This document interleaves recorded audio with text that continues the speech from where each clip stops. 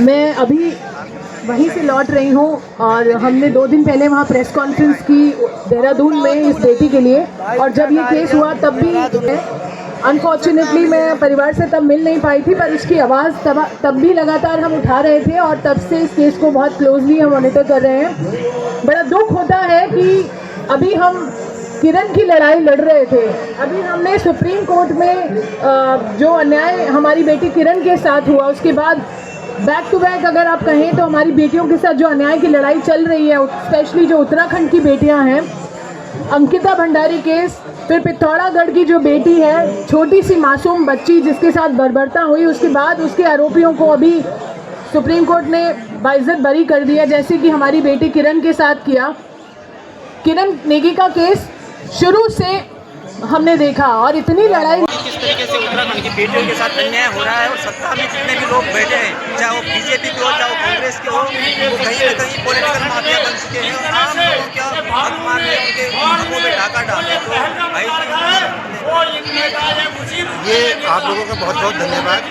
और जहाँ न्याय की बात है, हमें इस कड़ी को सर्वोपरि रखना है कि आज हमें उचित न्याय मिले, चाहे वो किसी की भी सरकार हो। मानव के जो अपने अधिकार है, मनुष्य के जो अपने अधिकार है, उन अधिकारों की रक्षा भी जो है सरकार करे। आज जो है बिटिया की न्याय की लड़ाई के लिए यहाँ पे पूरा उत्तराखंड समाज इकट्ठा हो रखा है और हम भी चाहते हैं, हर उत्तराखंडी चाहता है उस बिटिया के साथ जो हुआ तो हमारी बेटियाँ भी हो सकती हैं, हमारे लेके हुए नंबर भी लग सकता है, सभी का नंबर लग सकता है। कम से कम हम लोग ये जरूर सोचें कि हम लोगों को न्याय मिले, उचित न्याय मिले। ये न्याय की लड़ाई है। बहुत बहुत धन्यवाद। देव सेना जो है ये गवर्नमेंट को आवाज दे रहे हैं। देव सेना जो है बड़े लार्ज साइज में जो है किसान आंदोलन के बहुत बड़े नेता, और मैं तो बचपन से ही उनको देखते आ रहा हूँ। जब हम बहुत छोटे होते थे तब वो आंदोलन में, और कहीं न कहीं उनकी प्रेरणा से हम भी समाज में उपस्थित हुए हैं। पुरुषोत्तम शर्मा जी से मैं निवेदन करूँगा जो अपना वक्तव्य रखेंगे। समय थोड़ा सा कम है, समय की पाबंदी। अपमान नहीं होना चाहिए। जगत सिंह जी भी इसके बाद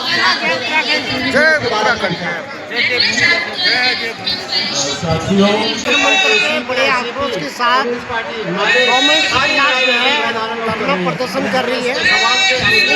अंकिता भंडारी को जो है न्याय दिलाने के लिए ये मुहिम है। तो मैं चाहता हूँ कि चाहे कोर्ट में केस भी हो, पर उसको जल्दी से जल्दी न्याय मिले और जनता की बात जो है गवर्नमेंट को सुननी चाहिए, चाहे जुडिशरी हो चाहे गवर्नमेंट ऑफ उत्तराखंड हो, उनको हमारी बात को सुनना पड़ेगा। तो जन आक्रोश जो है बहुत जल्दी और आक्रामक रूप लेगा, इसके लिए गवर्नमेंट को चेताया जा रहा है। आप भीड़ देखिए, यहाँ पे लाखों लोग आ रहे हैं। हम सबकी जिम्मेदारी होगी बेटी को न्याय मिले और इस मामले की सीबीआई जांच हो। जो वीआईपी का नाम सामने आया उसको खड़ी सरकार भाई बहुत बहुत धन्यवाद। आज अब देखिए यहाँ पे जनता पहुँची हुई है, अन्याय हो रहा है, उसके लिए हमें आज दिल्ली की धरती पर शर्म की बात है। भाई लोग पहुँचे हुए, धन्यवाद। आपको पहले ही बता चुका हूँ कि उत्तराखंड की हर बेटी की लड़ाई देव सेना की लड़ाई है। बेटी चाहे वो पौड़ी की हो, चाहे वो कुमाऊं की हो, चाहे नैनीताल की हो, चाहे टिहरी की हो, चाहे वो चमोली की हो, हर बेटी की आवाज़, हर बेटी की लड़ाई, हर बेटी का देव सेना का दुर्ग है। और हम तब तक इस लड़ाई को लड़ते रहेंगे कि जब तक सत्ता के जो प्रहरी है जो हिल नहीं जाते और सत्ता में जो पॉलिटिकल माफिया बैठे हैं उनको सजा नहीं हो जाती है। हर प्रकरण की सीबीआई जांच होनी चाहिए, उत्तराखंड की हर बेटी को न्याय मिलना चाहिए। जय देवभूमि जय देव सेना। आप बलात्कारियों को फांसी की सजा दिलवाई थी और मुझे उम्मीद है कि उत्तराखंड भी अपने नाक नहीं कटवाएगा। उत्तराखंड अपनी नाक नहीं कटवाएगा। मैं पूरी उम्मीद के साथ मैं ये बात आज इस जंतर मंतर से ऐलान करती हूँ कि ये आंदोलन हमारा महिला संगठन, ऑल इंडिया महिला सांस्कृतिक संगठन, उत्तराखंड के लोगों के साथ, इस देश के लोगों के साथ तब तक ये लड़ाई लड़ेगा जब तक अंकिता बहन के जो हत्यारे हैं, जो बलात्कारी हैं, वो फांसी पर नहीं टांग दिए जाते,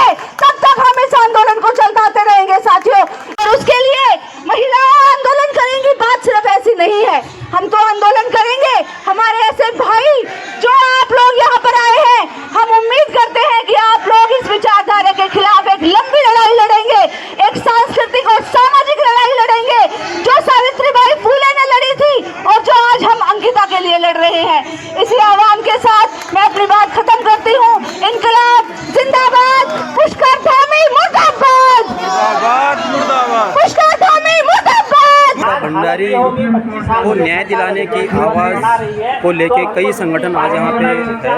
इस कड़ी में देव सेना उत्तराखंड भी उपस्थित है आज जंतर मंतर पर। और जिस वीआईपी का नाम है उसकी जांच हो जाए, जो ऑलरेडी 3 जेल में है उनकी कड़ी से कड़ी इंटरोगेशन करके और उनसे सच खुलवाना चाहिए। जो दिन वो वीआईपी हत्यारों को जो उम्र कैद हुई तो कई लोग ये बोल रहे हैं नाकाफी है, क्या आप इससे सहमत है? ठीक है, लेकिन उनकी अच्छे से इंटरोगेशन होके और उनसे वीआईपी का नाम उगलवाना चाहिए, जो कि मतलब अभी आ रहा है। जो उर्मिला सनोवर जो लेडीज हैं उसने जो खुलासे किए उनका मतलब सामने आना चाहिए और वो उन्हीं के थ्रू आ सकते हैं जो ऑलरेडी जेल में बंद है। इस टाइम काफी टाइम हो गया है, अब इस केस में कोई जान पाई जाए तो गुनहगार है, जो असल गुनहगार है उसका नाश हो जाकर नहीं हो पाया। इस केस को दबाया जा रहा है, नेता है पार्टी के बड़े नेता है जिसको दबाया जा रहा है, तो न्याय नहीं मिल पा रहा। हम चाहते हैं इस केस को सीबीआई जांच और हमारे मन में भी कई सवाल है कि जो बड़े मंत्री बन जाते हैं, विधायक स्तर पे पहुंच जाते हैं, उनका तो इस प्रकार से कुछ यहाँ देना नहीं होता, उनकी आवाज़ उठाते हो और एक आम कार्यकर्ता चला गया। इस मामले में बड़ी जांच होनी चाहिए, दोषियों को फांसी होनी चाहिए, इंक्लूडिंग वीआईपी। धन्यवाद। आपकी क्या मांग है?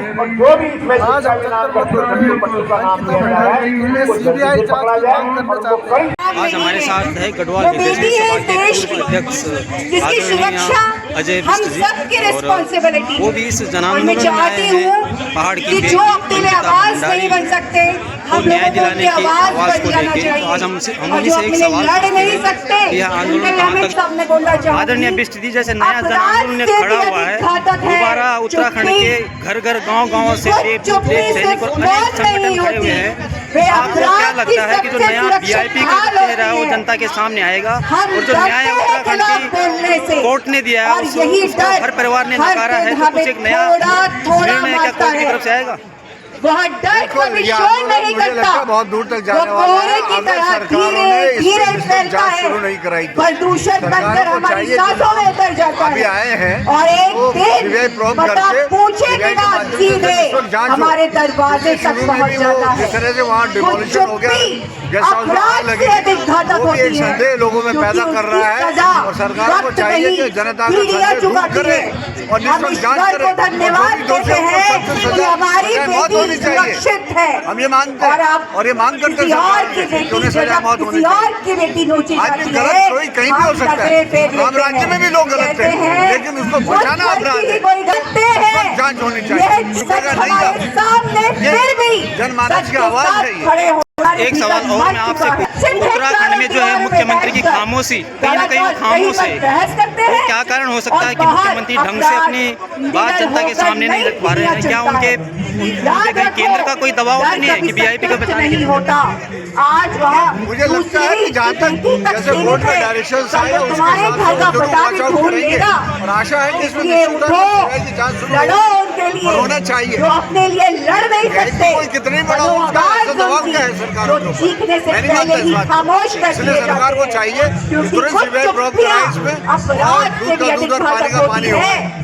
सजा। और अन्य वक्ताओं से निवेदन करेंगे जो अपना वक्तव्य रखेंगे। एक जनगीत बहुत जरूरी है।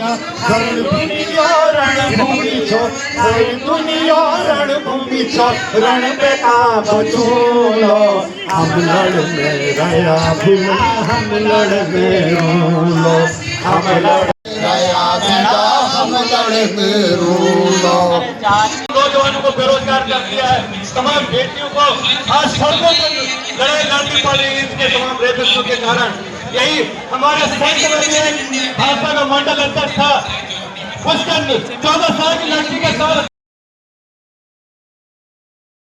हमारे बीच में है देव सेना के पौड़ी जिला के अध्यक्ष देव सेना के सूरजमणि जी यहाँ पे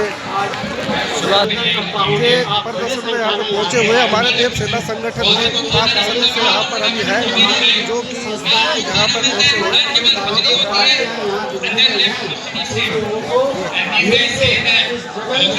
हत्याकांड के लिए दोषियों को सजा दिलाने की मांग करनी है और ये लड़ाई लंबी होगी। वो यहाँ के लोग आए हुए राष्ट्रपति हैं उत्तराखंड से जिनका और आ भी अमेरिका रहे ने हैं, कुछ किडनैप लोग कर चले लिया भी है गए। मदुरो, उनकी तत्काल रिहाई की मांग करता हूँ और वेनेजुएला की जनता से तो ये भरोसा देता हूँ कि भारत की जनता भी आपके तरीके से साथ रख रहे है हैं, और इस लेकिन अन्याय तो के खिलाफ न्याय के पूरी लिए आपके सरकार चाहे कोई भी हो, कांग्रेस हो, बीजेपी हो, और आरएसएस की कुछ सरकार भी हुआ है। उसके साथ उनका उसका जो भी वीआईपी केस था उसको तुरंत सीबीआई जांच होनी चाहिए और तुरंत फांसी पे लटका देना चाहिए, ताकि गिरफ्तारी की मांग ही नहीं। हमारे लोग यहाँ पे ना आए। हमारे पास भी काम है, हम भी काम वाले हैं, क्या करें, आना पड़ता है। अगर फांसी नहीं हुई तो पूरे उत्तराखंड में जन आक्रोश होगा और पूरे उत्तराखंड के लोग, अपने उत्तराखंड के लोग जितने भी अभी महाकौशिक हुआ था फिलहाल में इंदिरापुरम में, आपने देखा होगा कितने लोग वहाँ पे पहुँचे, लाखों की संख्या में लोग पहुँचे। ऐसी एक उत्तराखंड में देश सेना संगठन करने जा रही है। अगर 1 महीने के अंदर सीबीआई जांच नहीं हुई और दोषी को फांसी नहीं हुई तो बहुत बड़ा जल्द क्रॉस होने वाला है। मैं जनता से और सीबीआई जांच करने की वरना अपनी लड़ाई को इसी दिशा में बढ़ाएंगे तो अंकिता को न्याय मिलेगा, वरना फिर उसी तरीके से राम रहीम और बापू आसाराम और सेंगर की तरह अंकिता के हत्यारे भी बाहर घूमते आपको मिलेंगे। मुख्यमंत्री के कहने पर, उनके आदेश पर रेणु बिष्ट जो आगे एमएलए है उसने वो पूरा रिसोर्ट तोड़ा और सारे सबूत बिठा दिए, गद्दे स्विमिंग पूल में फेंक दिए, तमाम सबूत बिठा दिए गए। और उसके अलावा जब एसआईटी की इंक्वायरी शुरू हुई, एसआईटी वालों ने जितने भी लोग इस कुकर्म में शामिल थे, जिन्होंने रिसोर्ट तोड़ा, उनसे इंक्वायरी नहीं की, उन्हें प्रोब नहीं किया, उन्हें इंटेरोगेट नहीं किया। तो कहने का तात्पर्य भी प्राय ये है कि ये सरकार पूरे तरीके से इस मामले में वीआईपी को बचाना चाहती है, संरक्षित करना चाहती है। हमारा ये सवाल है कि जब आज सीबीआई इंक्वायरी हाई कोर्ट और सुप्रीम कोर्ट ने टर्न डाउन कर दी है, वो तभी ये सवाल पैदा हुआ जब उत्तराखंड की राज्य सरकार और मुख्यमंत्री ने वहाँ के हजार लोगों द्वारा प्रदर्शन धरना करने के बावजूद भी रिकमेंड नहीं किया गया सीबीआई इंक्वायरी के लिए। लेकिन जिन्होंने प्रो बोरो केस लड़ा है सुप्रीम कोर्ट में, आखिर में उन्होंने इस बात को कहा है कि सुप्रीम कोर्ट ने इसे टर्न डाउन नहीं किया है, सुप्रीम कोर्ट ने इसको एबियंस में रखा है और कहा है कि भविष्य में अगर इस मामले में कोई भी ऐसा सबूत मिलता है जिससे ये इशारा होता है कि वीआईपी कौन है, तो इस मामले को लेकर के सुप्रीम कोर्ट में दोबारा गुंजाइश है। कोर्ट ने कहा है कि आप दोबारा केस फाइल कर सकते हैं। अंकिता भंडारी केस लड़ रही अधिवक्ता से बातचीत। हम लोगों ने राष्ट्रीय पार्टी को हमें जगह दे रखी है, तो आपका विकास कभी नहीं करेंगे। अगर 100 तक ये बीजेपी कांग्रेस वहाँ रहेगी कभी वहाँ बदलाव नहीं होगा। जब तक वहाँ पे नमस्कार, सच पहाड़ से हूँ। पहाड़ की बेटी अंकिता भंडारी केस में हमारे साथ है अधिवक्ता बहन जी। मैडम, आपसे मुझे सिंपल सवाल ये पूछना है कि जैसे उत्तराखंड में एक प्रकरण दोबारा सुर्खियों में है और जो दोषियों को सज़ा मिली है, पूरे उत्तराखंड के लोग नाखुश है उससे, तो आपको क्या लगता है कि जो ये नया जन आंदोलन चला है तो ये केस मतलब एक नए दिशा में जाएगा या दोषियों को और भी दोषी निकल के आएंगे सामने? और दोषी निकल के आएंगे और वीआईपी नाम जो है वो जरूर सामने आएगा। अगर आप लोगों ने ठान लिया, आप लोग एकजुट रहे और लड़ाई लड़ते रहे इस बेटी की, तो वीआईपी का नाम जरूर सामने आएगा। मैं अधिवक्ता नहीं हूँ, मैं एक्टिविस्ट हूँ, अधिवक्ता कोई और है, पर हम सब आपके साथ हैं। नमस्कार, सच पहाड़ आज हम आए हैं जंगल पहाड़ की बेटी अंकिता भंडारी न्याय की लड़ाई है अभी अधूरी है, क्योंकि कहीं न कहीं नए प्रकरण सामने आ रहे हैं और इन प्रकरणों में पहाड़ के लोग लगे चले जा रहे हैं और हमें ये देखना होगा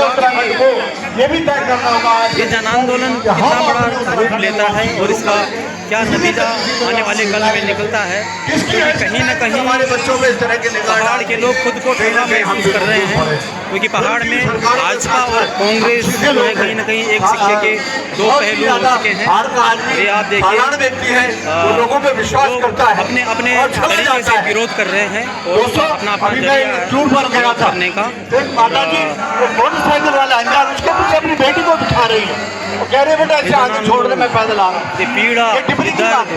ये पहाड़ वो के जानती लोगों नहीं है। का- पहाड़ के लोगों तो ऐसा हमारा जनमानस है, इस पीड़ा इसलिए को हमें जरूरी है कि समझने हम के अपने लिए जनमानस के बीच में सत्ता में रहें। जो भी लोग उस बैठे हैं, जनमानस को हम उनके अपने कान समाज में से जुड़े जूं तक रहें, नहीं रेंग रही अपने है। गांव से जुड़े रहे, अपने उनके लोगों कान से में जुड़े बिल्कुल रहे और साथ में जूं तक साथ नहीं रेंग रही ये तय करेंगे है। कि सरकारों को अपने ये लड़ाई जो है ये हमेशा जारी रहेगी। कब तक जारी रहेगी? जब तक वीआईपी का नाम पता नहीं चलता, उनको सजा नहीं मिलती।